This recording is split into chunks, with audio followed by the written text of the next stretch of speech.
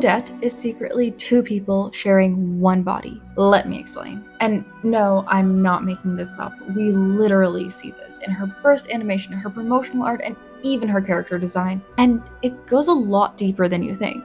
You see, Odette's name, and by extension, her character inspiration, even her birthday, February 20th, comes from the 1875 ballet Swan Lake, which in and of itself draws inspiration from a myriad of ancient Eastern and Central European fairy tales. The story is about a young prince who happens to discover a group of magical swans living by a magical lake made of tears. Under the moonlight, they change into a flock of maidens. The most beautiful of them all is a princess named Odette, who's been cursed to live a double life, a bird in the morning and a girl at night, by an evil owl sorcerer named Rothbart, who can be viewed as an OG Andre. Don't worry too much about it. The prince, upon learning that Odette's curse can be broken via true love, vows to fall in love with her. But this vow is short-lived thanks to Rothbart's trickery. At a royal ball, Rothbart ushers his daughter, Odile, to dance with the prince, either by magic or sheer coincidence or stupidity. The prince believes Odile to be Odette and declares in front of the gathered nobles that he is to marry her. After realizing his mistake, the prince rushes back to the lake to discover that Odette's curse is worsening and she's doomed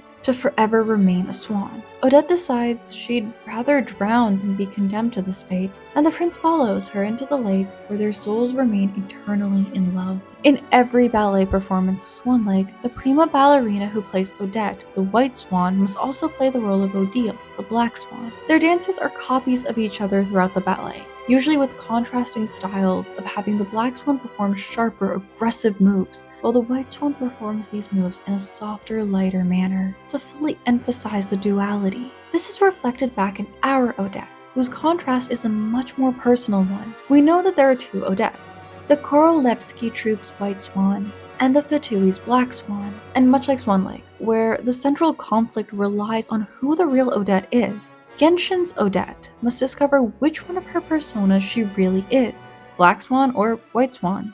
Only she doesn't need to prove it to a prince, she needs to prove it to someone much more important, herself.